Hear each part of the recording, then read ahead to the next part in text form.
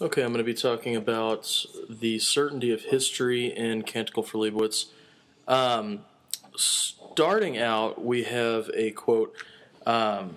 It's Don Taddeo speaking to Apollo. He's referring on kind of how to study history.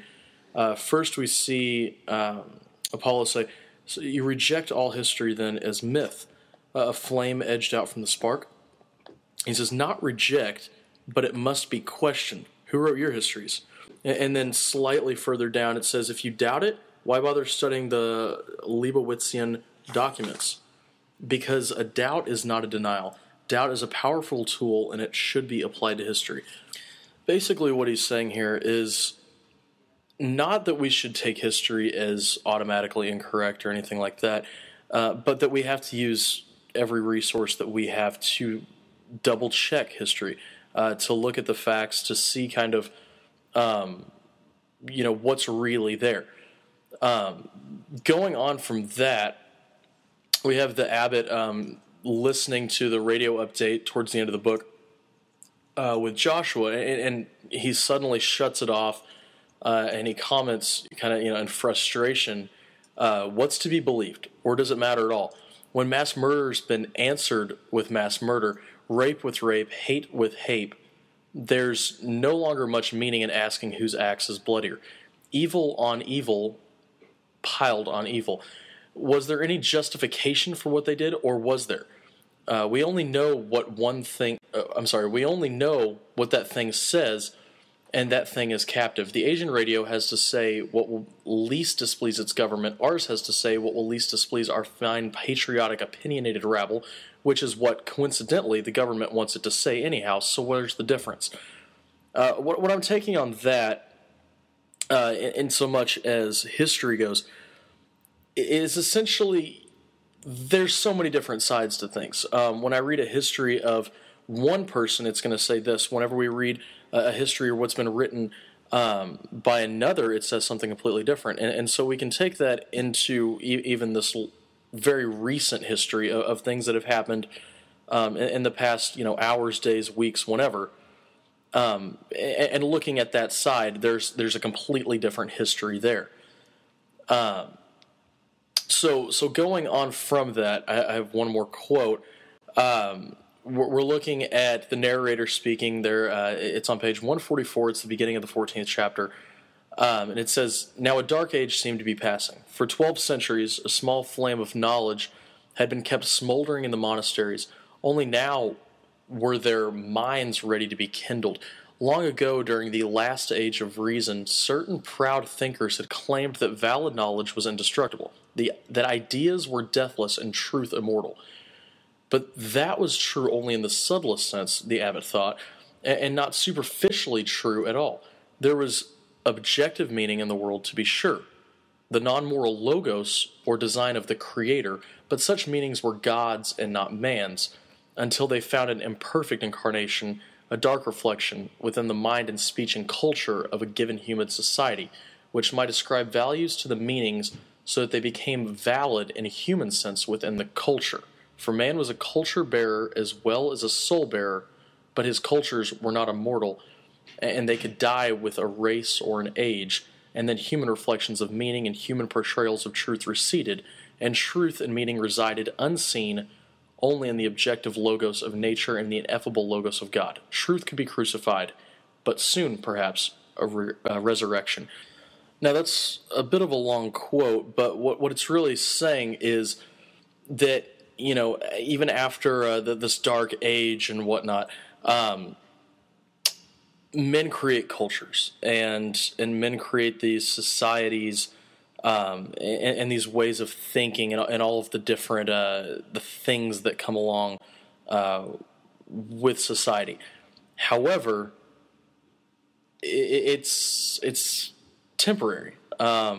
Culture fades away, and after this culture fades away, and the quote-unquote history that we're creating, the only thing left behind is this, quote, objective logos of nature and the ineffable logos of God. Therefore, truth is really conceived at different points. What we think about something that was or something that is can be completely different than another society. Therefore, if we look at kind of what history is, I suppose, or if we look at, kind of just how certain it is according to the text, I'd say it absolutely questions every bit of history and would potentially even say that history is absolutely uncertain. Hello, I will be discussing the theme of humanity and what it means to be a human in the book Canticle for Leibowitz. My first proof from the text comes from page 96. Sometimes, however, the superficially normal offspring were blighted by some invisible deformity of heart or mind that bereft them, seemingly, of the essence of humanity, while leaving them its appearances. Even within the church, some had dared espouse the view that such creatures truly had been deprived of the Deo imago from conception, that their souls were but animal souls, that they might, with impunity under the natural law, be destroyed as animal and not man, that God had visited animal issue upon the species as a punishment for the sins that had nearly destroyed humankind. Few theologians whose belief in hell had never failed them would deprive their God of recourse to any form of temporal punishment, but for men to take it upon themselves to judge any creature born of woman to be lacking in the divine image was to usurp the privilege of heaven. Even the idiot, which seemed less gifted than a dog or a pig or a goat, shall, if born of woman, be called an immortal soul.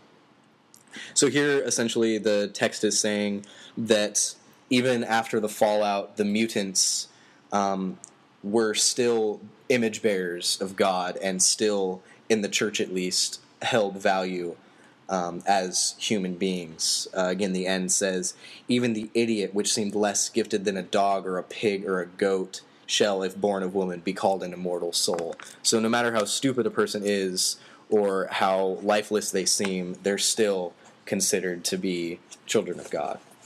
And later in the book, in the third section at page 293, when a visitor comes to the abbey, he's talking with the abbot, and the visitor says, like euthanasia? I'm sorry, Father. I feel that the laws of society are what makes something a crime or not a crime. I'm aware that you don't agree, and there can be bad laws, ill-conceived, true, but in this case, I think we have a good law. If I thought I had such a thing as a soul, and that there was an angry God in heaven, I might agree with you.